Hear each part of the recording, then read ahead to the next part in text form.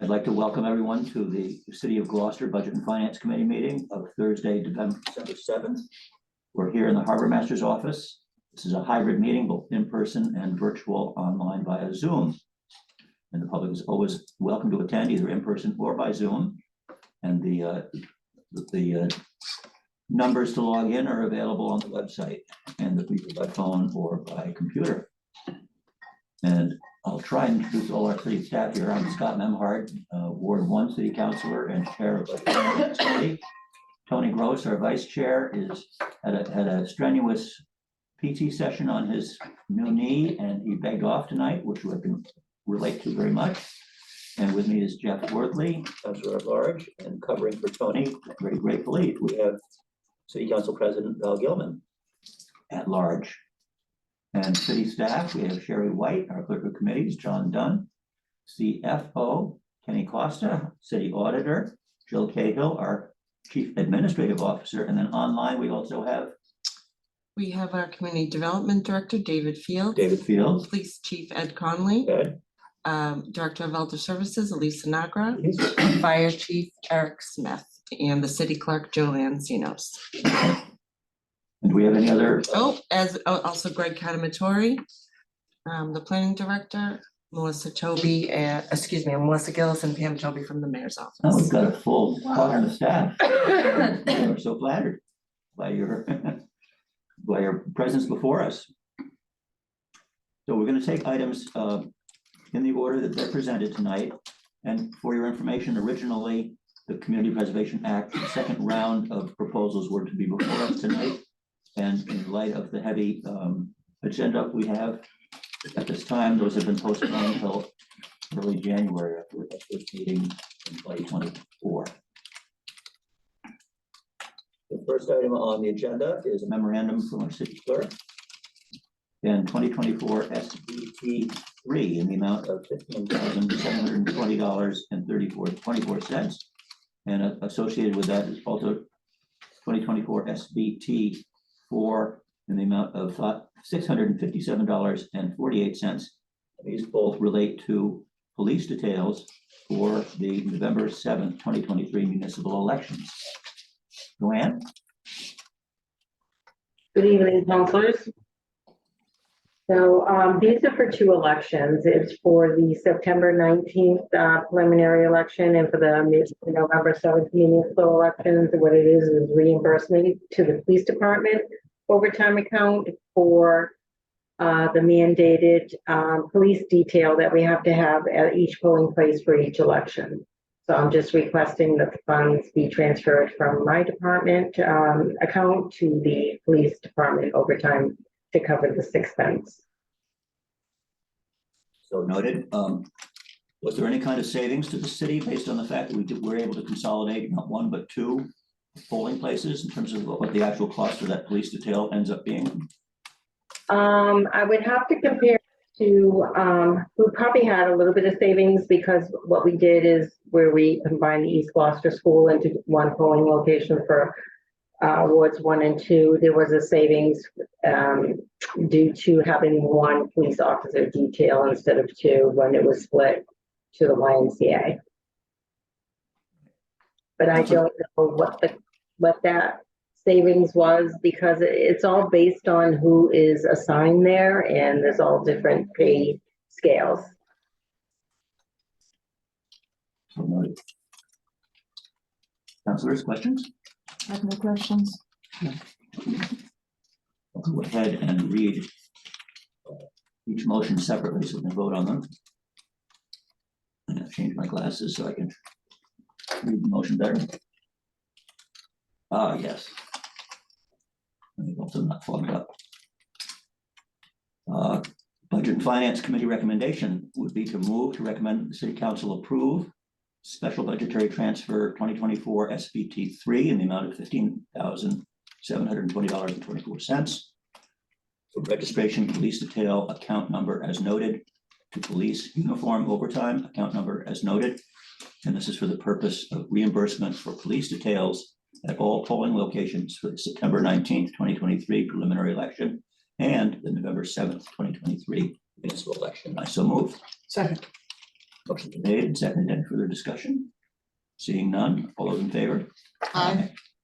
And the second related motion is to recommend that the city council approve a special budgetary transfer 2024 SBT 4 in the amount of $657.48 from registration police detail. Account number is noted to police uniform shift differential. Account number is noted, and this is for the purpose of reimbursement for police details at all polling locations for the September 19th, 2023 preliminary election and the November 7th, 2023 municipal election. I so move. Second.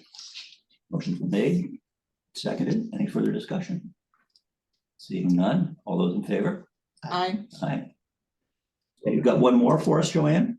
Yes, I do. The second special budgetary request to reimburse the DPW maintenance overtime account for custodial overtime at City Hall and at the school polling locations for the September 19th preliminary election and for the November 7th municipal election.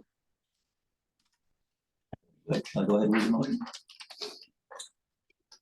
Budget and Finance moves to recommend that the City Council approve special budgetary transfer 2024 SBT 5 in the amount of $1,442.35 for registration salaries and wages, temporary account number as noted, to the DPW facilities maintenance overtime labor account number as noted, for the purpose of reimbursement of custodial overtime at various polling locations for the September 19th, 2023 preliminary election and the November 7th, 2023 municipal election. I so move. Second. Moved and seconded. Further discussion? All those in favor? Aye. Aye. Motion passes unanimously. Thank you, Joanne. Thank you. For pulling off a spectacular election. Whether we were winners or losers, you made it happen. Yes, okay. Thank you very much. Have a good night. Good night, Joanne. Item number 3 is a memorandum from the police chief requesting our acceptance of the fiscal year 2024 state 911 training grant in the total amount of $114,000, $161.93. I'll read that again, $114,161.93. Chief, nice to see you.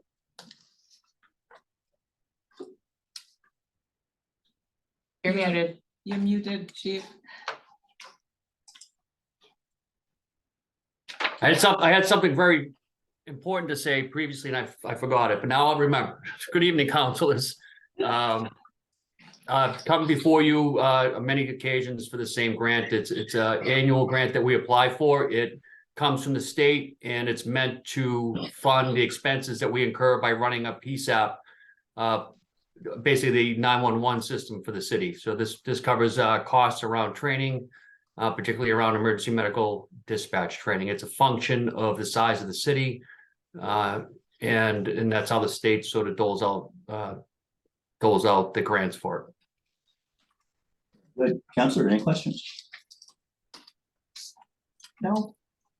Seeing none, I'll go ahead and read the motion with leave for Budget and Finance to recommend that the City Council accept under Mass General Law, Chapter 44, 53A, a state grant from the Massachusetts Executive Office of Public Safety and Security, a fiscal year 2024 state 911 department training grant program in the amount of $114,161.93. The grant period is from October 31st, 2023 through June 30th, 2024. And there is no local match for this grant, and I so move. Second. Any councilor questions or further discussion? I'd like to just say one thing. Sure. It wouldn't be like me not adding anything here. So I had my kids this weekend and I was trying to prepare for this budget and finance meeting. We had a packet that 194 pages in it. And I love the disclosure and the transparency, but wow, there's a lot of information in this packet. Is there a sense that somehow we could say, if you want to read, because the thing is, we don't know that we don't have to read it until we read it, right? Is there a way we can make that? That's a grant language that's part of the legal bundle of the proposal. There's a lot. Anyway, you did nothing wrong. Thank you. The paperwork reduction notice, how did that go through? That's more paperwork. Councilors, we're happy to provide you with whatever you'd like. We asked for less somehow. Anyway, thank you, Chief. Good work. The motion's been made and seconded. And all those in favor? Aye. Any opposed? Motion passes unanimously, 3 in favor, 0 opposed. And the next one again is a memorandum from the police chief requesting our acceptance of the fiscal year 2024 municipal road safety grant in the amount of $40,000. Can you fill us in about this as well? So councils, this is the another annual grant that I've come before you to request that we accept. There's no match. This is funding that comes from the feds through the state, and it helps fund overtime for our various traffic initiatives, the traffic enforcement initiatives. The state does mandate the theme of each of the initiatives. I believe they're quarterly. I'm often asked when we're going to be doing these types of initiatives, and I'm not at liberty to say at this moment. But this has been successful in the past to help with pedestrian and stop sign and school bus and enforcement. Good, councilors, any questions? Seeing none, I'll go ahead and read the motion, which is for Budget and Finance to move to recommend that the City Council accept under Mass General Law, Chapter 4453A, a federal grant from the U.S. DOT, National Highway Safety, Traffic Safety Administration, passed through the Massachusetts Executive Office of Public Safety and the Securities Office of Grants and Research, a federal fiscal year 2024 municipal road safety grant program in the amount of $40,000 for the Gloucester Police Department to provide funding for traffic enforcement and road safety. The grant period is from November 3rd, 2023 through September 15th, 2024, and there is no local match for this grant, and I so move. Second. Any further questions or discussion? Seeing none, all those in favor? Aye. Motion passes, 7 voted, 3 in favor, 0 opposed. Thank you, councilors. Appreciate the support as always. Thank you and good night. Bye. Thank you, Chief. And we're moving on to, we're shifting chief hats here. Welcome. Chief Smith. And you have the floor for the next item, which is a memorandum from the fire chief requesting acceptance of Cape Ann Community Wildlife Protection Plan in the amount of $131,000. Yes, good evening, Council. So the CWPP, or the Community Wildfire Protection Plan. So we're receiving support from the state on this. As you know, the last several years, we've had some fairly significant fire activity, not just in Gloucester, but up in Rockport significantly, and throughout Cape Ann. So as part of what I presented in the past on this, I think all of you have probably heard it or seen it, at least during budget process, is that, you know, the federal government is investing funding into whatever problems exist currently. So this is coming down from federal money to the state. So the DCR folks, Dave Shalino, the chief warden, you know, kind of championed this for us. A lot of thanks to him and his staff and all his folks for really pushing this through to support our effort to get a community wildfire protection plan. There's not a lot of these in the state of Mass currently. I think we're maybe the third one that's occurred. These are very common out west, and that's where the ideas and plans come from, because obviously they deal with this problem at a much greater level and extent than we do. But we're seeing problems with it. So they're investing money and trying to help resolve the problem. This one again is for the entire Cape Ann region, all 4 communities.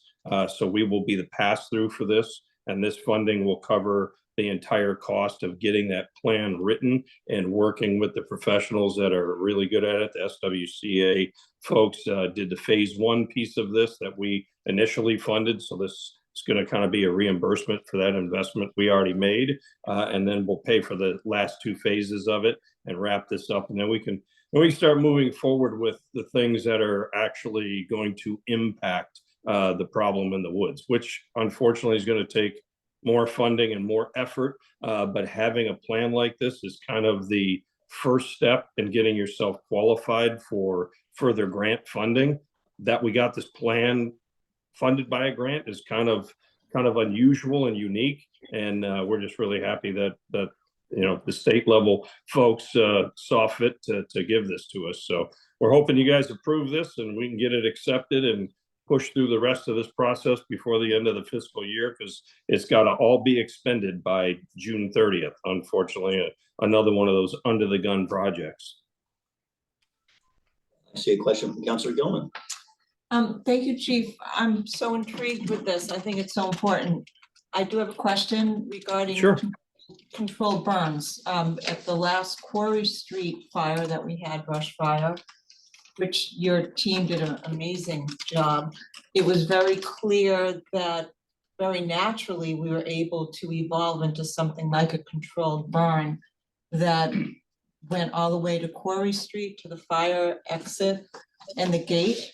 And it really has done a remarkable job cutting back a lot of the invasive species that was there and makes the whole access route so much more clear. So is that part of looking into this plan, like control burns and how that can help us prepare for getting at these horrible fires when they come up? Yeah, so the protection plan takes kind of a 30,000 foot look at your problem for the area that you're writing the plan for. So in this case, it would be all of Cape Ann, and it takes into account, you know, what is needed to try to mitigate the problems that are out there. You know, if you've got a lot of deadfall, how do you get it removed, or how do you try to isolate it, or better create access to it? So these are all the things that will come through the plan. The plan is going to be open, and there'll be some public comment and involvement or ability to be involved once we get to those steps and those phases.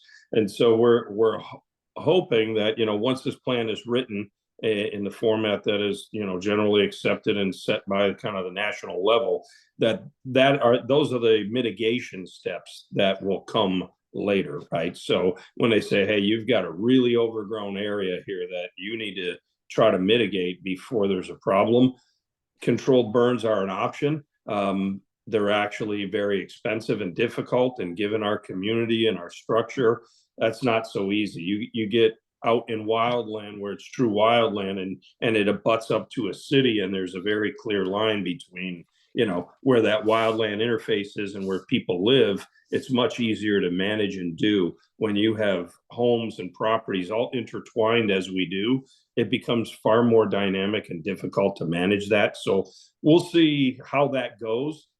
Obviously, when we have fires that occur and we're out there, my folks are looking at, you know, where do we want to stop it and what do we want to let it burn? Because in some cases, as you said, your best option is to let it just burn through an area, because we can do so safely and effectively and kind of kill two birds with one stone. Fire is going to basically burn itself out, and it's going to get rid of some of the problem that sits and lingers. So those are the things that they're opportunistic, if you will, but not set out in a plan and purposeful. Those purposeful and design burns like that, those controlled burns, those can get really expensive. And if you do lose control, you now own the liability of that. So it's one of those things that is a big deal that we have to really, really look hard at. We are not anywhere near as expert as folks out west that do this frequently. And again, our community is far, far different than what they are dealing with in those instances. So that's a topic for later discussions and determinations, but certainly is part of this process. Great, thank you. Thank you. Yep. Wordley. Thank you for that answer, that question too. Chief, I love the collaboration with our neighbors. I think that's really helpful. Fires don't really know where borders are, right? They do not. So this is helpful. It's not a ton of money considering how much area we're talking about, and if it's divided up between the other communities. Obviously, we're working on a plan. This is not actually the implementation of the plan, but Correct. so this is the city is the pass-through. City of Gloucester is pass-through, and so some of this is going to go to each of the communities to develop their own plan, or some sort of collaborative work with your. So in the fact that we're the pass-through is just because we are comprehensively writing this plan, a singular plan for all of Cape Ann. So they will not get an individual bill. We will pay the portion that we determined was appropriate for those communities, which we did based on a per capita basis. We said, okay, we have this much left to pay for the full plan, and we're our 30,000, your 5, 6, whatever numbers they had. We did the math and said, that's about as fair as we can make it, who's in, who's out. And every community agreed, including us, to go ahead and fund that. And then this grant opportunity came along and has now removed the financial burden of this from all 4 communities, and the state has taken it on. So it's a good thing for everybody. And when I say we're the pass through, we're not really passing through any bills. We're just paying the whole bill and leading the project that we started. You know, I started it and said, you know what, this should really include all the neighbors, because as you said, the fire doesn't know where the border is and where it ends, and we have interface between our woods and theirs all over the place. So it makes sense to just do it holistically to the degree that we are. Great. Good one. Thank you. My only other question is for the auditor, Kenny. Any questions or concerns? I'm supporting this. Is there any questions or concerns on like how that gets allocated, and are there any laws we need to consider in terms of what we're paying for? We're not actually getting money back from them, we're getting the work. Is there any concern you have that we need to factor into this? No, I have no concerns. The only Okay. concern I have is if we spend 131, I'd like to see 131 come back to the city From the grant. from the I got it. grant, yeah. Yep. So, and as the chief mentioned, we have until June 30th, 2024, so, you know, time is limited. Thank you. And I echo your thoughts about collaboration. It's nice to see the Cape Ann communities working together to achieve these kinds of broader scale projects and challenges.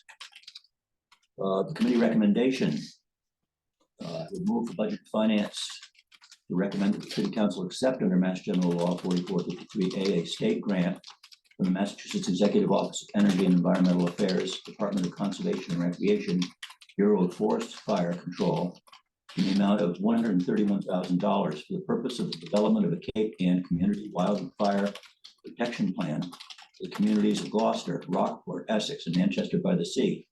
The grant period is through June 30th, 2024, and there is no local match for this grant, and I so move. Second. Further discussion?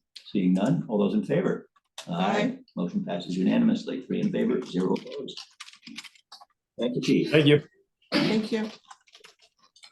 And the next item, number 6 on our agenda tonight, is memorandum from our purchasing agent regarding review and recommendations for the disposition of real property for the Good Harbor Beach and Winkersheek Beach concession lease.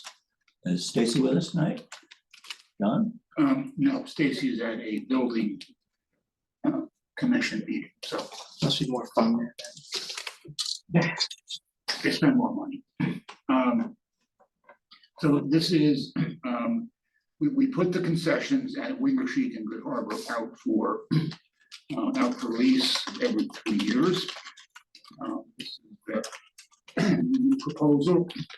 We're asking for a minimum of $135,000 over 3 years for Winkersheek and $150,000 over 3 years for Good Harbor.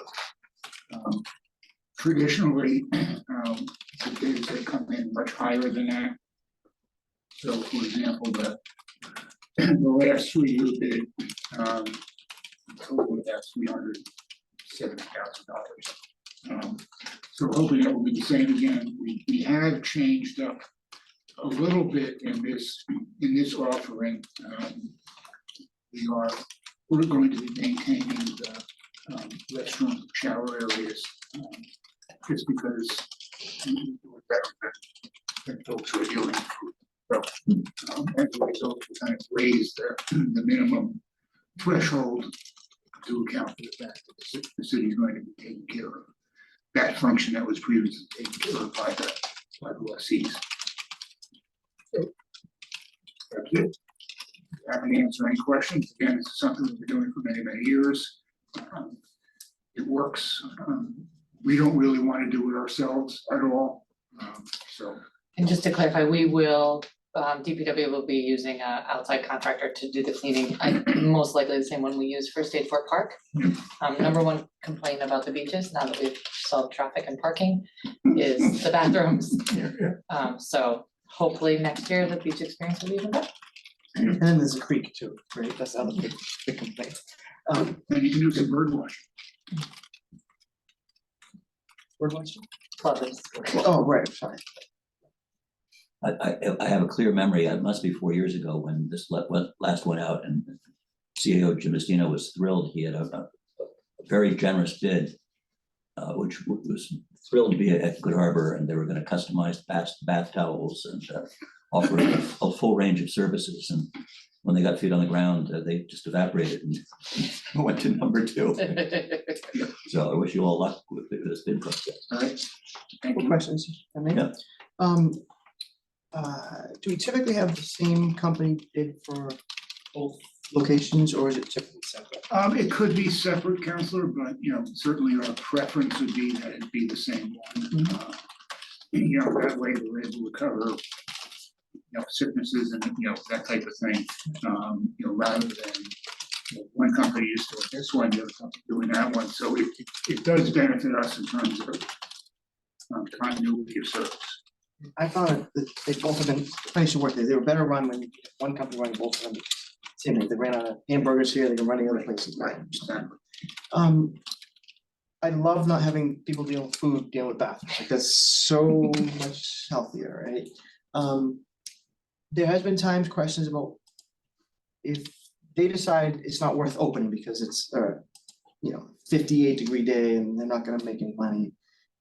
Do we have do we open the bathrooms, we have obligation to open the bathrooms, is if we're charging, we should have a bathroom? There's always been a couple of times where, you know, concession says, we're not interested today in running our business because we're not making money, and then the bathrooms are closed. Well, that's another benefit for breaking them apart. Because now, you know, that's totally our decision, because we have to maintain to facilities, and we have it as necessary, so, to make that as independent decision. So if we're operating, we open the beaches. In the bathrooms at least. I've always envisioned second level at Good Harbor Beach and serving alcohol in a band, but of course, Nugent Farm probably wouldn't like that and neighbors would be happy, but we could get a lot more money at that on a bid. Do we get all the money at once, or are they stagger the payments throughout those 3 years? It's generally one payment, And that goes into the general fund? yes. It's not factored in beach revenue, okay. I'm glad to support this. Councilor Gilman? No questions, Thank you very much. No. Well, I would move for Budget and Finance to recommend that the City Council approve the disposition by means of a lease as provided in the request for proposal 24046, Good Harbor Beach Concession, 99 Thatcher Road, concessions operation lease with a minimum bid of $150,000, and Wintersheep Beach, 232 Atlantic Street, concession operation lease with a minimum bid of $135,000, pursuant to the terms and conditions as stated therein. Said term is to be a 3-year term from May 1st, 2024 through November 1st, 2026, and I so move. Second. Any further questions? One more question, sorry. Okay. Just a T question thing. Our ordinance says that we can't have leases for longer than 1 year unless a specific state law allows for that. I'm just gonna make the assumption that the state law does, and we've checked that box, but does anybody here know? Yeah, we can have leases for longer than a year. I mean, we typically get into through leases. Right, I mean, our ordinance says 1 year as a limit. I don't know why.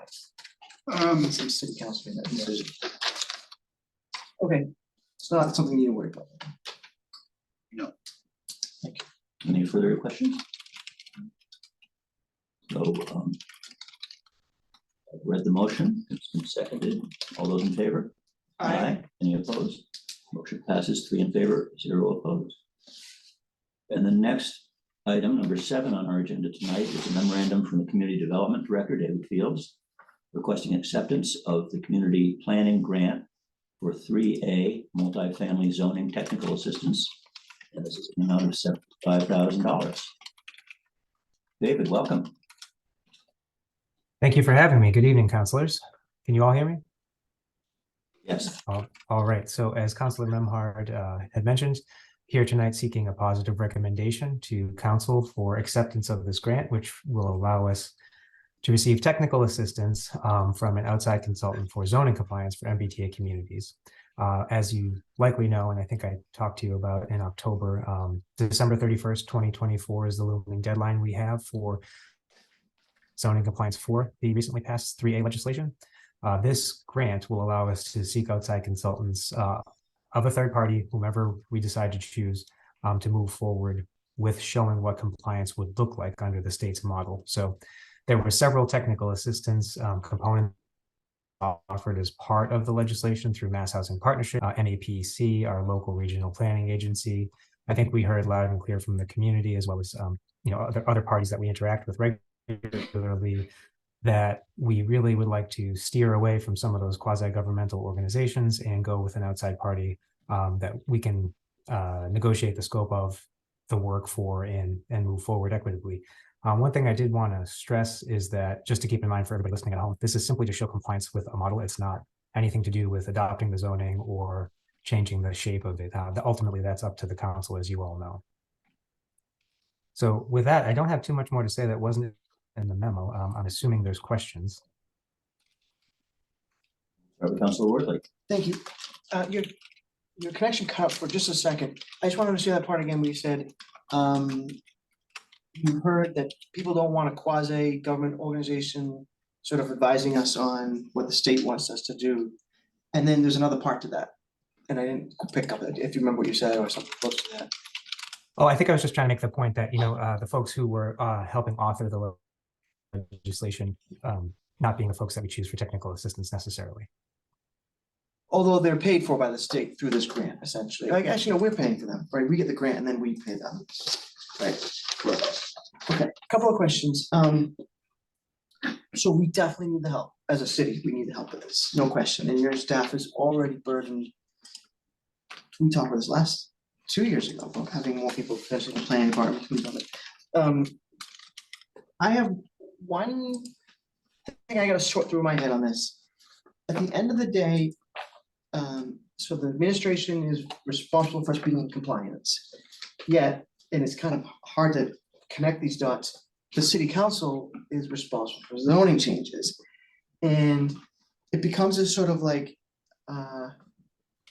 we need the help too, right? And it's not that it's separate help, but it's more like a question of access. This $75,000 is not gonna go a long way. There's gonna be a certain amount of hours they're gonna be able to put in this, but we might have long meetings, we might need help. And so I don't know how, like from a, I don't want to say reporting like a flow chart authority, but more like access, and how would that work? What's your vision for that working so that it's not, let me just put it in these terms, it's not the mayor's or administration's consultant, it's the consultant for the city, and the city includes the city council. Or maybe that's not your vision, that's okay too. I just want to know what it's going to look like for us, because we need the help too. We don't have a city planner or community development department that that works for the council separately, as you know. Any Yeah, thoughts? Go ahead, Dave. Okay. Yeah, I was going to say, I think very much it's this technical assistance is really to help us develop some form of zoning that would help us comply. So it's not necessarily what's going to happen at the end of the day. As I mentioned, there'll be a lot of trips to city council trying to refine this zoning. And it's certainly, I don't think, it's not my vision, it's not the planning division's vision of what things should be in terms of zoning. It's really just to get us through that compliance piece. We've seen several communities go through this process as part of the rapid transit communities. They're going first. Their compliance is due at the end of this year. So we'll have the benefit of seeing what happens with that, what the state accepts, what is pushed back on. And hopefully we can work with a consultant who has experience there, so we can see what the state exactly is looking for. Help me Jill, I understand don't know if you wanted to add. Yeah, can I just add to that? I think what Dave is also getting at is that this technical assistance is to make sure that what we put in front of the city council would be considered compliant with the state, so that and then you take it from there, and that's what we have, city attorney, right? So city solicitor who works for the city as a whole, council and mayor, so this is just to make sure what we put in front of planning board sends to you is compliant with state law. And I did wonder that, and you guys have been working on it, obviously. I think there's 4 or 5 ways that zoning changes can be made. I see a council order, the planning board can do it. You can start. 10 property owners can do it, which I don't think we're gonna ask of anybody. no, 10 citizens, sorry, one property owner, and the mayor can submit it. So I'm envisioning this is the mayor's office is This is submitting gonna come from planning board, from planning board, not from the mayor's office, not okay? from mayor's office. And then we have to, whatever we get, we have to then send it back to planning board for the recommendations, almost like, nice if you skip that step from a accountability standpoint.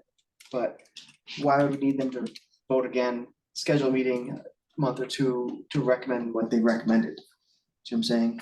I don't know if there's a way to say it, because I feel very much like we're challenged for time to pull this together. Right, in the last year, we had the zoning changes that came in already with the planning board recommending them, not last year, 2 years ago, and that was 6 months. So with a deadline, and we can't skip some things like public hearings and, And no, we're confident that we have enough time. okay, yeah, that's good. So back to my first question, I think it helped me understand it. This is so that what you send to us is compliant. And then if we need help, City attorney. city attorney, okay. And David, you'd said, it's not that what you propose would be necessarily what the council votes for, but it's kind of like, it has to be. If what you put forward is compliant, we can't just improvise and say, well, we think this might be okay too, so we would need, We can always make amendments, then, but Right. again, go ahead, Dave. yeah. I was just gonna say, ultimately, I don't think there'll be, here is the proposal, the only thing that represents compliance for the city of Gloucester. I'm assuming there'll be lots of adults, really, if you want to think of it that way, and multiple different scenarios. So there's the legislation's fairly open and there's a lot of ways to skin it. So I think what you'll end up with at the end of the day are some ideas, suggestions that will comply, but ultimately, it's up to the council to choose, as Ms. Cahill was saying. Last question on this one, sorry. Okay. This is, it's kind of like, I mean, it's critical, I think, that we get this right. If the council says, we're just envisioning, like you said, there's something to propose or a couple of choices, and there's an amendment.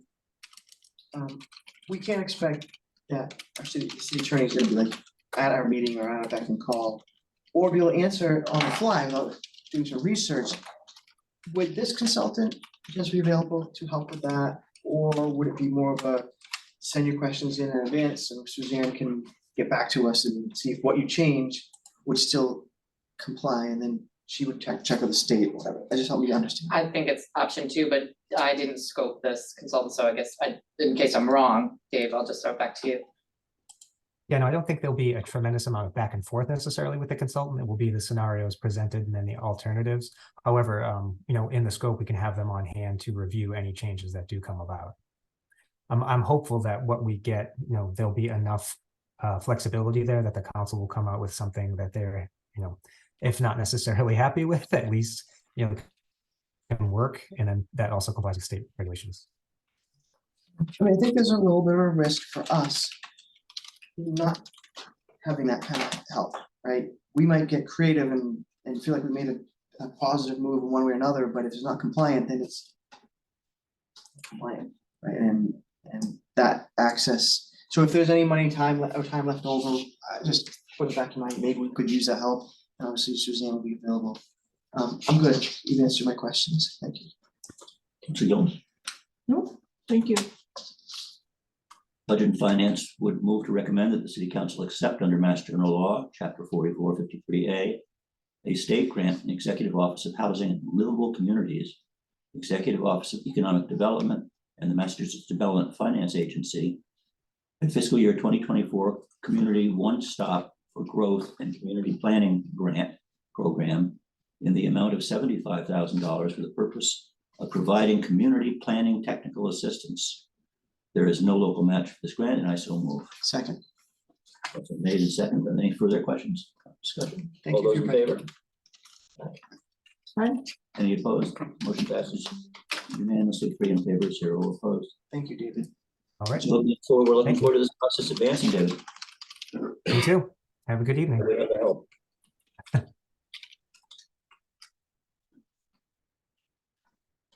Elise, you're popping up on our screen. Welcome. Good evening, everyone. Please. And you are next on our agenda. Item number 8, memorandum from our Director of Elder Services requesting acceptance of the fiscal year 2024 Title 3B Older Americans Grant in the amount of $9,000. So tell us, what do we have? This is a grant that we get every year, and it passes through Senior Care. And we kind of contract with Senior Care to provide these outreach services. It's basically it's $9,000 that to just kind of helps to pay for the stuff that we're doing anyway. Primarily what our outreach social worker Julie Smith does. Everything she does to help seniors apply for kind of programs that for low income folks, to help people apply for SNAP benefits, Mass Health, housing, to get their CHAMP application together. Any of the stuff that we do that's kind of falls under that social work umbrella of what Julie tends to focus on. Those are all considered outreach activities. And we do get this, like I said, every year from Senior Care. We bill them. We send them a bill once a month for that for the $9,000 divided by 12, and then we get the checks in. And it does have a match requirement. It's 15%, but this grant requires accepts as that part of that match.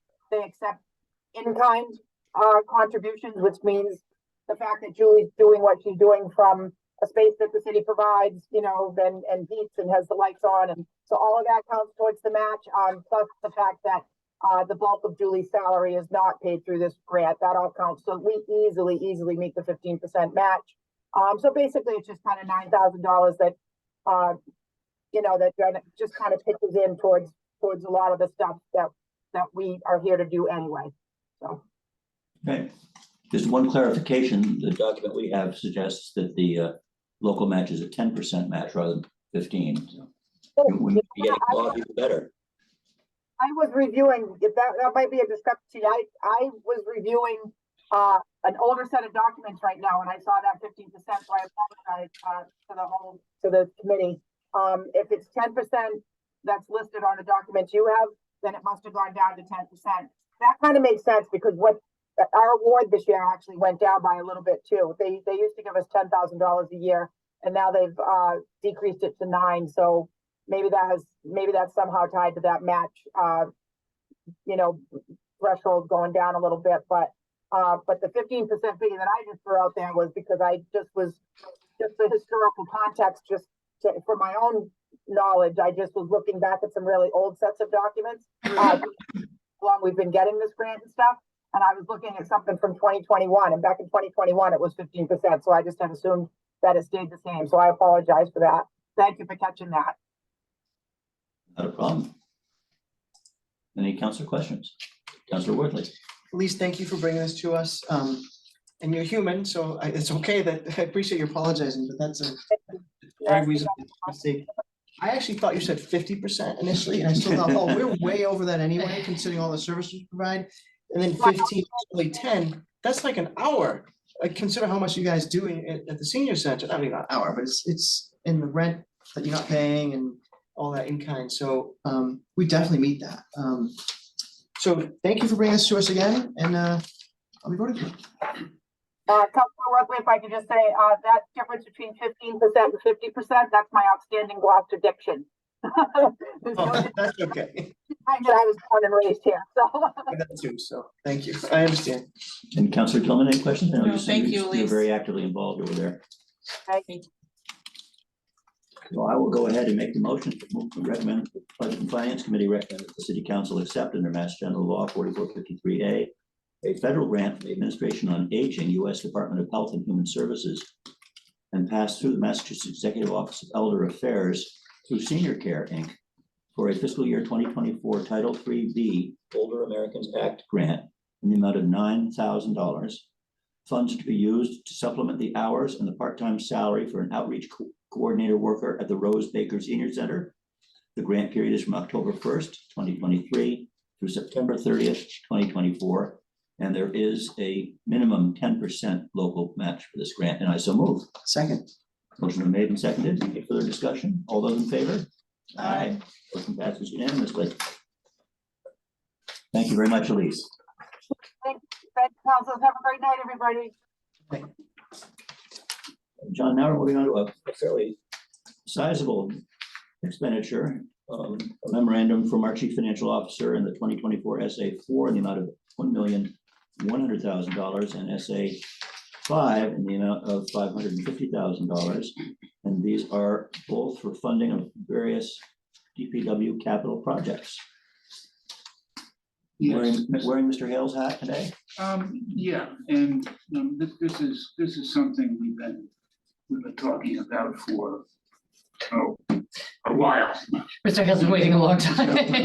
So he has been fairly persistent in making sure that we have a discussion about capital needs.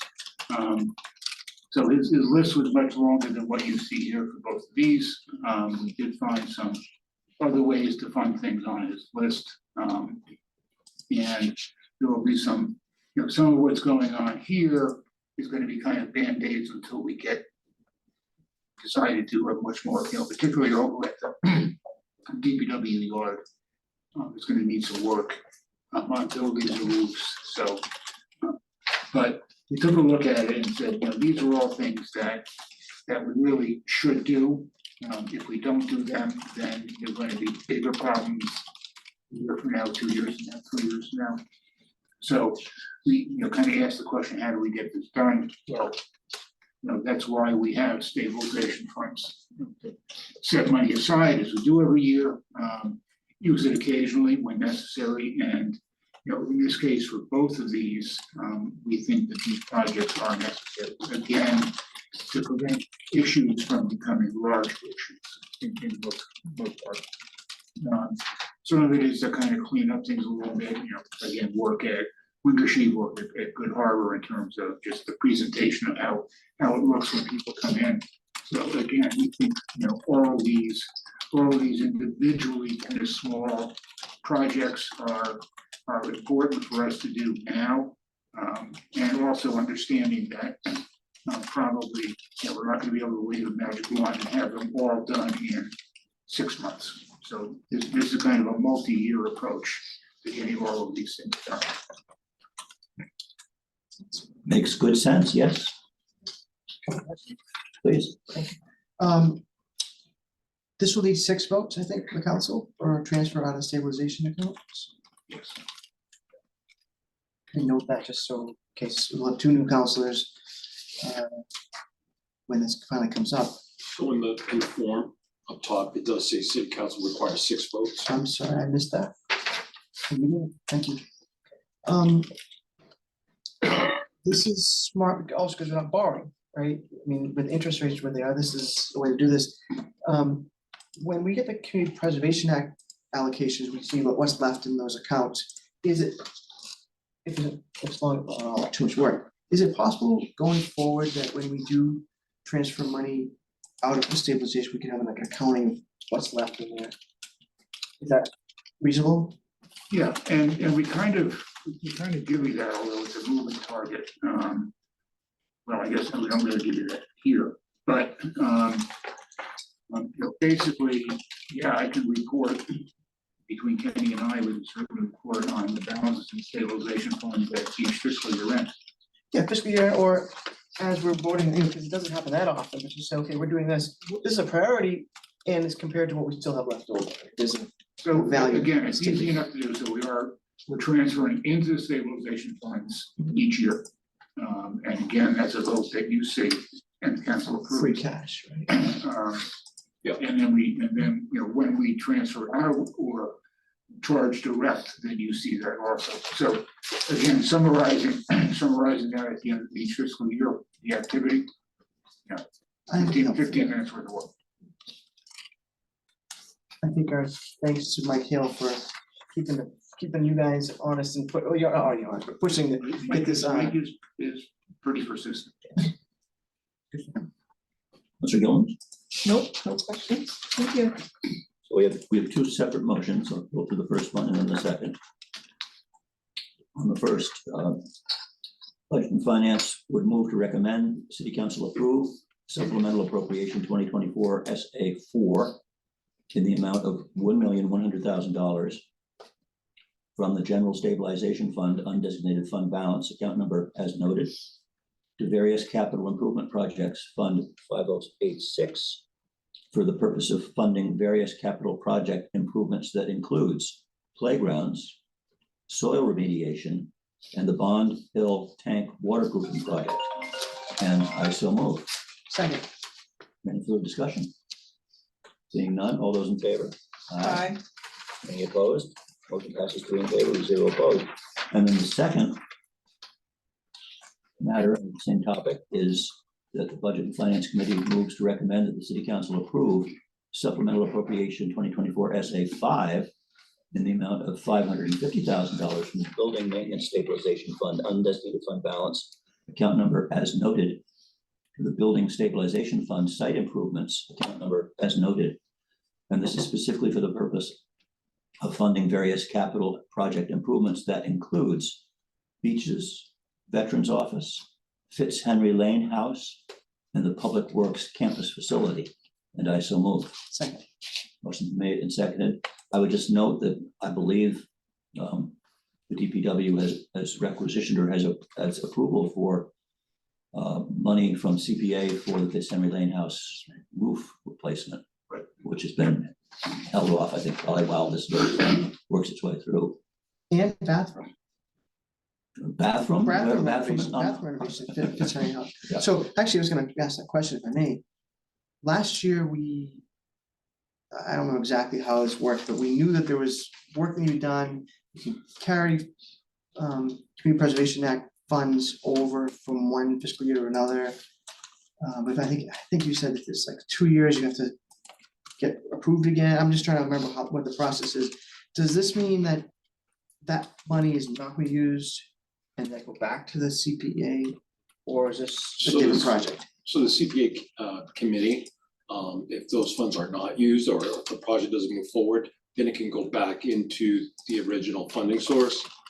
But we also have a contract, typically, well, this one, we own the building. So typically, it's up to the committee. I mean, it can go back to its original funding source, but if it's an ongoing project, we can, use the fund, we can utilize the funding. But we don't know if this money is useful. We do know. Yeah, so we just met with the CPA chair, sometime last month. Anyway, this project is moving forward. The Fitzhenry Lane House is moving forward, and they'll work together on this one. So, and he specifically asked about that, because it is one that's been hanging out there a long time. So I guess I we'll get don't it. understand, my fault. But is this money that's being transferred replacing, is it a different project or same project? Complementing Oh, no. design. Thank you. They're complimenting each other. Nice. Nice when it works, yeah. That's from the front. So if there are no further questions, I'll go ahead and read the motion on the second item here. We recommend the City Council approve a supplemental appropriation 2024 SA 5 in the amount of $550,000. Did I already read this? I think I did. Yes. You did, yeah. So we've seconded. Okay, all those in favor?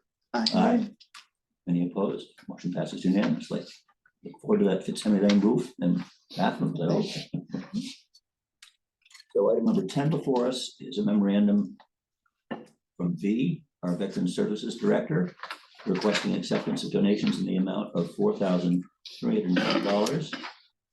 And these are, I would make a motion to move to recommend that the City Council accept various cash donations under Mass General Law 4453A to support veteran services in the amount of $4,310 from the following residents and business partners within our community. That includes Ed Camo, IRA custodian Sal Testaverde, Knights of Columbus 215, Bank Gloucester, Stop and Shop Community Bag Program, and the Sergeant David J. Coulard Memorial Fund, for a total of $4,310, and I so move. Second.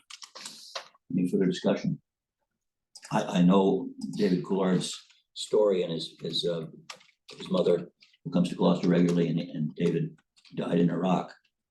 But Gloucester was his favorite place, and I'll reach out on behalf of the committee to his mom, who lives down in Hartford. Appreciate that. So the motions are made. Second, all those in favor? Aye. Passes a vote of 3 in favor, 0 opposed. We do have a letter from the Executive Director of the PERAC regarding our appropriation for fiscal year 2025, and this is for information only. No motion is offered. And then number 25. number 12, excuse me, is a memorandum from the city auditor regarding our accounts having expenditures exceeding their authorization. Thank you. Could we go back to number 11, just for, I know it's more information, but can we discuss it for a second? Of course, absolutely. I'm thinking that because we passed the budget, this is just part of the budget and our contribution is made. It's not a separate vote. So let's back up. So this is for fiscal year 25, so this is for next year's budget.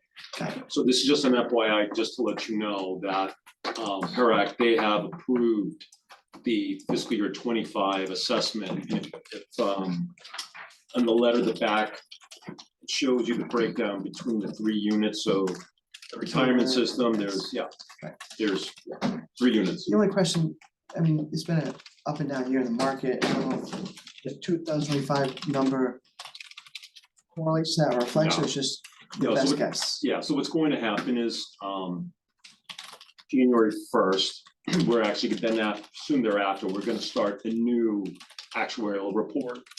And that won't have any effect until 2026. But Need to be fully funded by 2034. yes, I wish there's ways we could try to get that number down. well, we were at one point at 2038, we went to 2037. I don't Now have, we're at 2034, we've tried to 2033. I So I just think get it down. 2034 is as good as it's gonna get. Yeah, I don't mean get it down in terms of later, a sooner date. That contribution in 2034 is a big number. Yep. And I can't imagine as much, and if you put more money into this and the market drops, then it becomes wasted, but I don't know if there's anything we can do to, So, yeah, I mean, Get that. we're looking at $1 million a year increase as you go from year to year, so, yes. $10 a year increase. Yeah, we're not the only, community that's in that situation. I mean, there's a lot of communities. I mean, I know there's some that will be fully funded in 2030. I think there's only one community that I think is fully funded now. And I know there's various communities that are very close, like in 2030, 2032. But mandatory, you have to be fully funded by 2040. Yeah. You know, there's sometimes there's math that says contributing more now saves a lot of money later, and I guess that's only dependent on the market performance, right? Well, There's other factors It's a as well. crystal ball. I know that Councilor Gilman is covering for Tony needs to get along with her evening, and I'm sure others do too. So it's all right with everyone here. I ask for a motion to adjourn. So moved. Second. All those in favor? Aye. Thank you. Thank you. Discussion. I don't know anything about that, thank you. We got through a lot. Thanks for all the Thanks for all the stuff. It makes Fire it trails easy for when we can do the hybrid, and this is where, right, this is why we. It's much easier for them that they should be here during BNF, this is why questions should be asked and the work should be done, and But it's a long day for them, I appreciate that, the time. most of us are here at 6:30 on Thursdays, so. Oh, so it kind of works. Thank you. And do you have anything for us? I have a set for you to sign. This one? Yeah. Right, I will see you all. Nice to see you, Penny. Yeah, same here. Thank you, John. Have fun tonight. Thank you. And John, we have that parking meeting tomorrow? Sure. No, I'm good, thank you. How we're gonna implement the better. Should be fun. Have a good night, everybody. Thanks, Bye, Joe. John, Kenny was up to. No, thank you. Good meeting, Scott. Good for a lot. That doesn't, Thanks for the questions. worry me. I'm still real bad. Just so you know, we've already made the 24th, so when you voted that in June, July 1st, we're already moving that money. Okay. Oh, yeah, they receive it up, that's how we save $100,000 Oh, we upfront. can talk about this. You're paying it earlier, it saves money. Yeah, we used to pay that sometime in September, I think it was even October at one point. So now we pay it July 1st, that John goes through a few hoops. July 1st. Not the easiest thing in the world. No, I think you said it saves a significant amount of money. $100,000. Yeah, I think you said 100.